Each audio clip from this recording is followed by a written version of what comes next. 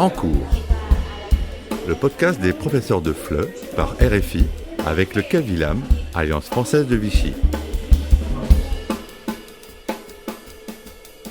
La pédagogie positive, c'est quoi l'intérêt pour toi ? La pédagogie positive, je n'arrive pas vraiment à cerner ce que c'est, je sais pas. C'est peut-être la pédagogie, on va pas évaluer l'élève, c'est ça ? La pédagogie positive consiste à créer une ambiance qui permet aux élèves de se sentir à l'aise sans avoir peur de prendre la parole et de ne pas trop avoir la sanction du faute en tête. Quand on est dans une langue étrangère, souvent on a l'impression que des pans entiers de notre personnalité disparaissent et il s'agit de les reconstruire. Et ça ne peut se faire que positivement. La pédagogie positive, ça sert à quoi ? Les enseignants qui sortent de formation le disent souvent. On m'a préparé à transmettre des savoirs, mais pas à gérer une classe. Et pourtant, on est là avant tout pour nouer une relation affective avec nos élèves et leur donner envie d'apprendre. Je suis Déborah Gros, comme vous, je suis prof de FLE. Dans cet épisode, je vous propose des pistes de réflexion et des idées concrètes pour développer ce lien de confiance prof-élève et insuffler plus de plaisir dans l'enseignement-apprentissage. J'ai interrogé Pascale Hague, maîtresse de conférences à l'École des hautes études en sciences sociales. Ses recherches en psychologie portent notamment sur le bien-être à l'école. Des recherches qu'elle applique au sein de l'école qu'elle a créée, la Lab School Paris, qui associe profs et chercheurs. J'ai aussi rencontré Marjolaine Pierret, qui est enseignante de FLE et formatrice, notamment sur la pédagogie positive, au CAVILAM, Alliance française de Vichy. Commençons par les bases. Pour parler de pédagogie positive, il faut d'abord parler de psychologie positive. Qu'est-ce que c'est ? La psychologie positive est un courant de recherche qui a émergé au tournant des années 2000 à peu près, qui n'est pas très bien nommé. En fait, on ne peut pas dire qu'il y a une psychologie positive qui viendrait s'opposer à une psychologie négative, mais la définition, c'est l'étude scientifique du fonctionnement optimal des individus, des groupes et des organisations. Et donc, c'est souvent la psychologie est considérée comme un peu plus centrée sur l'individu, alors que là, on s'intéresse au groupe et au fonctionnement systémique, et on s'intéresse au fonctionnement optimal et aux gens qui vont bien, et pas uniquement aux gens qui sont porteurs de pathologies, et avec l'idée que si on comprend mieux comment fonctionnent les gens qui vont bien, on va pouvoir peut-être aider les gens qui vont moins bien. La pédagogie positive, je pense que c'est simplement l'application des concepts utilisés en psychologie positive dans le champ de la pédagogie, que ce soit la formation, l'école, l'éducation, voire au sein des crèches, y compris pour les plus petits. C'est vrai que jusqu'à il y a une vingtaine d'années, jusqu'au début du XXIe siècle, on ne s'intéressait pas tant que ça à la notion d'émotion et encore moins au rapport entre les émotions et l'apprentissage, puisqu'on avait l'impression que l'apprentissage, c'était quelque chose de rationnel qui séparait un petit peu le cerveau qui apprend des émotions. Or, les recherches les plus récentes montrent que les émotions sont complètement indissociables du processus d'apprentissage. Pour les élèves qui apprennent avec plaisir, qui apprennent facilement, l'apprentissage va être une source de joie, de curiosité, d'exaltation. Pour des enfants pour qui c'est difficile, ça peut être au contraire une source d'anxiété. Et on sait que l'anxiété peut être un frein aussi aux apprentissages.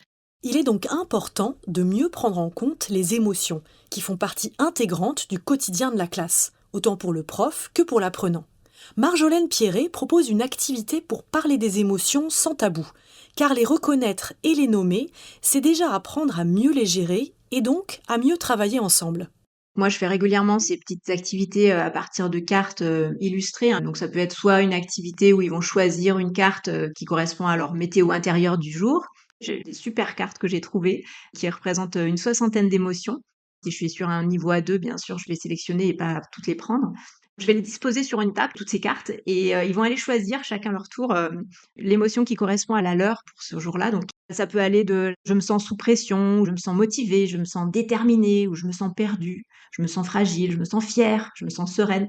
Donc ils vont prendre leurs cartes, ils vont choisir leur carte émotion, et puis après chacun retourne à sa place, et là on fait un petit tour de classe. Donc moi je prends bien soin de noter au tableau tous les adjectifs de ces émotions. Ça permet un enrichissement lexical aussi, tout à fait. Et donc, ils vont expliquer pourquoi ils se sentent comme ça. Parce que je me sens sous pression, parce que ce week-end, j'ai fait énormément de choses, ou j'ai beaucoup révisé parce que j'ai un examen pour le DELF cette semaine. Et à la fin, moi aussi, je prends une carte en fait. Et donc, j'exprime aussi comment je me sens parce que ça permet comme ça de vraiment faire groupe tous ensemble. Le fait de le faire régulièrement, ils savent en fait que l'émotion est intégrée et ok dans la classe et qu'on peut en parler en fait. On sait que les émotions positives entraînent ce qu'on appelle un élargissement du champ des possibles. Et donc, il y a toute une théorie des émotions d'une chercheuse qui s'appelle Barbara Fredrickson, qui s'appelle Broaden and Build. Donc, c'est élargir et construire les émotions en élargissant le champ des possibles. Et ce qui élargit le champ des possibles, c'est le fait de s'amuser, le fait d'éprouver des émotions, du plaisir et de nourrir ça chez les adultes aussi bien que chez les enfants. Si j'ai bien compris, en activant les émotions dites positives, on alimente la motivation et on favorise l'apprentissage. Mais concrètement, que propose la pédagogie positive pour y arriver ? Les 3 principaux piliers qu'on peut retenir pour l'enseignement et pour l'application de la psychologie positive à la classe, c'est ce qu'on appelle les 3 besoins psychologiques fondamentaux, qui sont le besoin de sentiment de compétence, le sentiment d'autonomie et l'appartenance à un groupe, d'être à sa place dans le groupe. Et comment ça se traduit d'un point de vue pédagogique? On peut dire que nourrir le sentiment de compétence des élèves, c'est faire en sorte de donner des retours positifs aux élèves. Ça ne veut pas dire ne leur faire que des compliments, mais ça veut dire les choses de manière à ce qu'ils puissent progresser, ils sachent dans quelle direction travailler. Le sentiment d'autonomie, c'est pas pouvoir faire n'importe quoi, n'importe quand, n'importe comment, mais avoir une sorte de latitude décisionnelle. Donc, dans l'apprentissage des langues, ça pourrait être, par exemple, de donner un travail qui permette à l'enfant ou à l'adulte ou à l'adolescent qui apprend une langue de travailler sur des choses qui l'intéressent. Un enfant qui s'intéresse au foot va apprendre beaucoup plus facilement le vocabulaire qui va être lié au foot. Et un enfant qui s'intéresse, je sais pas moi, à l'astrophysique, il va pouvoir apprendre finalement peut-être le même type de vocabulaire, lourd, léger, enfin tous ces termes dont on a besoin, mais en le liant à ce qui l'intéresse. Et le 3e élément, le sentiment d'appartenance, d'être à sa place dans un groupe, ça va être lié aussi au retour que peuvent faire les enseignants ou aux travaux collaboratifs qu'on peut mettre en place entre les élèves. Et donc ça, on peut laisser libre cours à l'imagination et aux compétences des enseignants pour mettre en place des apprentissages collaboratifs. Finalement, quand on parle d'apprentissage, de plaisir d'apprendre, l'élément moteur, c'est vraiment d'aller nourrir la motivation des enfants. Et parfois, on a l'impression que pour apprendre, il faut être motivé pour réussir. Et parfois, c'est le contraire. C'est aussi le fait de réussir qui va nourrir la motivation. Donc, c'est vraiment un cercle vertueux qu'on peut essayer d'alimenter avec ces 3 éléments, dont je pense l'élément moteur, d'après la recherche, l'élément principal, c'est la qualité des interactions enseignant-élève. En cours, le podcast des professeurs de FLE par RFI avec le CAVILAM, Alliance française de Vichy. Donc, il est nécessaire d'avoir des échanges riches et respectueux avec nos élèves pour mieux répondre à leurs besoins fondamentaux. Pour Marjolaine, le point de départ, c'est faire groupe. Autrement dit, proposer des activités pour que chacune se sente reconnu comme individu et trouve sa place dans le groupe. Moi, ce qui m'importe beaucoup au tout début, quand je prends une nouvelle classe, c'est de connaître les prénoms très vite de tous mes apprenants. Parce que pouvoir les nommer par leur prénom, c'est essentiel pour moi. Ça veut dire vraiment que je les prends en considération, que je les considère pas juste comme un apprenant, celui qui a le pull bleu et les lunettes au fond. Bah non, c'est toi, c'est Marc à qui je parle. Et donc là, j'ai un petit jeu pour mémoriser le prénom de chacun, c'est que on va faire un cercle. Déjà, c'est pas mal pour le côté appartenance du groupe, parce que voilà, on se regarde tous, on se fait tous face et on est un cercle uni. Et moi, je commence en me disant, voilà, je m'appelle Marjolaine et j'aime, et j'essaye de trouver quelque chose qui commence par un M comme mon prénom. Donc moi, je vais dire que j'aime manger des mangues, par exemple. Et puis après, je passe la balle ou le petit objet à quelqu'un d'autre. Et donc, cette personne-là va répéter pour moi et elle va dire, voilà, tu t'appelles Marjolaine et tu aimes manger des mangues. Et moi, je m'appelle Déborah et j'aime danser sur le dance floor, par exemple. Et cette structure-là, donc je m'appelle, j'aime, elle est assez simple, même dans les premiers niveaux de français. Et c'est une activité que j'aime beaucoup faire et que je fais assez systématiquement parce que vraiment, en 5 minutes, je connais les prénoms de la classe. Donc ça marche en plus, c'est ça qui est dingue. Je fais beaucoup d'activités de cohésion au début quand je prends un groupe pour la première fois. C'est important de faire des activités qui vont permettre à chacun de se connaître et puis d'oser parler aux autres parce que c'est pas forcément évident. Et donc il y a le fameux rallye communicatif qui est une super activité. C'est l'idée de faire une petite grille dans laquelle on complète avec plein de catégories. Il faut trouver quelqu'un qui correspond à cette catégorie. Donc par exemple, il y aura quelqu'un qui aime jouer d'un instrument de musique ou quelqu'un qui parle plusieurs langues, ou quelqu'un qui se couche tard ou qui va souvent au cinéma. Donc voilà, c'est des petites choses comme ça qui font que ça crée du lien dans la classe et qu'on se sent un peu comme une famille et plus juste comme un professeur avec des individus, des apprenants devant lui. Voilà, Établir ce lien affectif entre les apprenants et avec l'enseignant, c'est la base pour pouvoir ensuite mener des travaux de groupe efficaces dans lesquels chacun va pouvoir s'appuyer sur ses ressources personnelles. Une approche qu'on utilise beaucoup en psychologie positive qui s'appelle les forces de caractère, qui consiste à identifier non pas les choses sur lesquelles on a le plus à travailler, mais au contraire ce sur quoi on a déjà prise et pour lesquelles on a déjà des facilités. Il y a des cartes aussi qui identifient ces différentes forces, qui peut être la gentillesse, la créativité. C'est pas forcément que des savoirs scolaires aussi, ce sont des compétences transversales, ce qu'on appelle encore en bon français soft skills, compétences psychosociales, et de proposer aux enfants d'identifier les points forts des autres aussi. Et donc ça permet parfois aux enfants qui ont tendance à être autocritiques et à dire non mais moi je suis juste nulle et je fais rien bien, et ben ils vont recevoir ces retours positifs de leurs camarades ou de l'enseignant qui vont leur permettre aussi de se valoriser et se sentir valorisés. Au sein d'un groupe, c'est très important aussi parfois de définir le rôle de chacun. Il peut y avoir celui qui va être le gardien du temps, hein, si on laisse une activité un petit peu longue, par exemple une activité créative. Alors il y a quelqu'un qui sera celui qui va faire attention à ce que le temps ne passe pas trop vite et qu'on en soit à une progression pertinente par rapport au temps qui reste. Il y a celui qui pourra être par exemple le monsieur dictionnaire ou le monsieur lexique, peut-être quelqu'un justement qui a une facilité avec le vocabulaire et qui pourra comme ça aider quand il y a besoin de mots ou alors aller les chercher si besoin. Il y a celui qui pourra être le porte-parole aussi, qui va restituer après ce que le groupe a fait. Distribuer des rôles et puis faire travailler régulièrement en groupe, c'est vraiment porteur parce qu'en fait, la classe en général a des forces différentes et donc s'appuyer sur les forces de chacun et de chacune, c'est vraiment important de leur faire prendre conscience de ça, qu'ils sont plus forts tous ensemble que chacun dans leur coin en fait. Comment tu fais pour créer un climat de confiance dans ta classe ? Je vais être très généreuse en compliments ou en remarques ou en rétroactions qui vont être positives. Et je regarde bien les gens dans les yeux quand je leur réponds, quand je leur dis « Ok, ça c'était vraiment très bien, ça c'était super, là la prononciation c'était très très bien, je suis très contente, etc. » Donc je sais parfois qu'il y a des étudiants qui s'amusent un petit peu parce qu'ils entendent souvent un très bien ou parfait ou super. Mais j'aime bien insister là-dessus pour leur montrer que voilà, c'est réussi et que je leur marque et que je veux qu'ils continuent comme ça. Ça passe aussi, je pense, par le non-verbal, par les sourires, les gestes, tu vas faire des gestes pour dire c'est super, faut continuer, un peu comme un coach qui va entraîner son équipe et qui va les motiver pour qu'ils gagnent et qu'ils aient envie de continuer, quoi.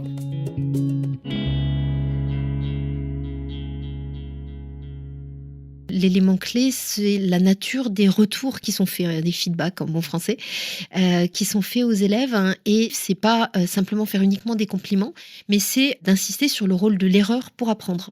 Mais alors, comment on fait en pédagogie positive pour gérer l'erreur ? On apprend tous en faisant des erreurs. Donc évidemment, vous avez fait une faute, vous avez oublié la concordance des temps ou que sais-je. Donc dire, voilà, la langue française est une langue difficile. Ici, il y a eu une erreur, on la corrige ensemble. Et c'est à partir de ces erreurs qu'on peut corriger et apprendre de plus en plus. Donc souvent, pour l'apprentissage des langues, il peut y avoir une anxiété, la peur de faire des fautes, la peur de se tromper, la peur qu'on se moque. Donc aussi mettre en place un environnement sécurisant dans lequel personne ne se moque et on peut tous apprendre de ces erreurs-là. S'ils ont fait une production écrite, je vais les corriger à la maison. Alors je les corrige, mais sans donner la solution. En fait, je vais souligner les erreurs qu'ils ont pu faire dans leur copie. Et puis après, je vais sélectionner les plus intéressantes. Je vais les recopier sur un document et je vais distribuer ce document à toute la classe. Et je vais leur dire, voilà, vous prenez votre stylo rouge ou votre stylo vert et vous êtes les profs et vous allez essayer de retrouver les différentes erreurs. Alors ça peut être des erreurs d'orthographe, mais aussi celles de grammaire et de structure qui sont les plus intéressantes.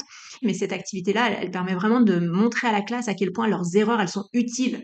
Parce que sans ça, on n'aurait pas pu revoir tous ces petits points et vraiment c'est bien et c'est nécessaire et ça permet à chacun de vraiment fixer les choses correctement dans leur esprit.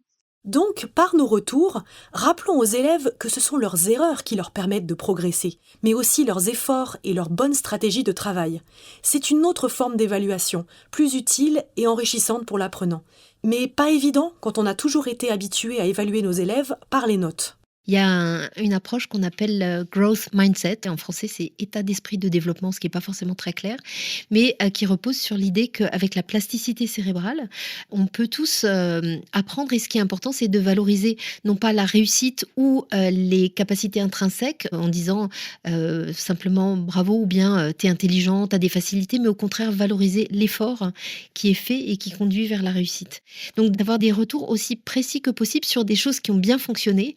Et la recherche parle aussi du soutien au comportement positif. Donc plutôt que de reprendre l'élève qui n'est pas prêt à travailler, qui est en train de bavarder avec son voisin, dire « Ah, je vois qu'un tel est prêt à travailler », et pointer plus les comportements attendus que les comportements non attendus. Et c'est pas facile parce que on a tous été à l'école, on a tous eu un fonctionnement basé souvent sur la compétition, sur les punitions, sur les menaces, sur la carotte et le bâton, alors que essayer d'établir un fonctionnement où on nourrit une motivation plus autonome, l'intérêt de l'élève, sa curiosité, l'envie d'aider, de fonctionner de manière harmonieuse et constructive, c'est un changement de paradigme en fait dans le système scolaire pour lesquels les enseignants sont souvent demandeurs d'accompagnement pour changer de posture parce que c'est vraiment pas facile. La toute première chose que je vais faire quand je vais accueillir un groupe, ce sera vraiment de passer par un contrat pédagogique où j'explique vraiment très clairement ce que j'attends d'eux. Alors c'est pas une liste très longue, hein, je pars sur 5 objectifs, mais j'explique clairement comment ça fonctionne avec moi, qu'est-ce que j'attends d'eux et qu'est-ce que moi j'apporte vraiment concrètement dans la classe, qu'est-ce que je mets sur la table en fait en termes d'attitude. Donc, en tant que prof, je ne peux valoriser les comportements positifs que si je les ai explicités en amont. De même, je ne peux valoriser l'effort des apprenants que si je leur ai expliqué les objectifs et les stratégies à mettre en place pour y arriver. C'est grâce à ce cadre que je leur donne les moyens d'être actifs dans leur apprentissage et donc plus autonomes. L'enseignement explicite consiste à justement préciser aujourd'hui ou cette semaine ou cette année, on va apprendre ceci, cela, comment on va s'y prendre, où est-ce qu'on va aller et à la fin de chaque séquence, récapituler, dire aujourd'hui on a fait ceci et cela, est-ce qu'il y a des questions et certains enseignants prennent le temps à la fin d'un cours systématiquement de faire le tour de qu'est-ce qu'on a appris, qu'est-ce qu'on a retenu, qu'est-ce qui était important de retenir. Donc effectivement, il faut que les objectifs d'apprentissage soient explicites, surtout pour les personnes les plus éloignées du système. En fin de semaine, souvent, j'aime bien pouvoir faire un petit point avec ma classe. Par exemple, qu'est-ce que j'ai appris cette semaine, qu'est-ce que j'ai bien réussi, quel a été un de mes points forts cette semaine, quelle force j'aimerais pouvoir développer plus, ou bien aussi quelle activité m'a plu cette semaine, ou quelle activité m'a surprise ou m'a étonnée. Voilà, faire un petit bilan, une espèce d'auto-évaluation. Mais ça va être plus global, moins ciblé sur leur performance en fait. Plus d'autonomie, plus de motivation, de créativité, plus de bien-être à l'école, oui, ça donne envie, mais comment on commence à sa petite échelle ? Ça prend pas forcément beaucoup de temps et ça peut être facilement intégré à un cours. Et donc, se dire que c'est pas forcément essayer de tout changer dans sa pédagogie, c'est vraiment procéder par petites touches en disant tiens, je vais essayer les cartes émotions dont parlait Marjolaine, ou je vais essayer tel ou tel dispositif qui va prendre 5 minutes, je vais voir ce que ça donne, je vais auto-évaluer. Est-ce que moi je me sens mieux ? Est-ce que mes apprenants apprennent mieux ? Et puis on est tous différents et donc chacun va pouvoir tirer le fil, prendre soin de son bien-être et de ceux de ses élèves à sa manière en fait. Il n'y a pas une recette universelle.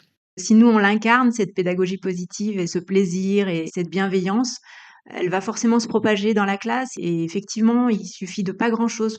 Les apprenants, il n'y a aucune raison qu'ils n'aient pas du tout envie d'être dans le plaisir et dans la bienveillance en fait. Donc vraiment, je suis persuadée de ça moi, que c'est un état d'esprit qui part du professeur. C'était En cours, une production Le Français Facile avec RFI, en partenariat avec le CAVILAM, Alliance française de Vichy. Retrouvez ce podcast accompagné d'une fiche explicative avec les idées d'activités pour la classe sur françaisfacile.rfi.fr.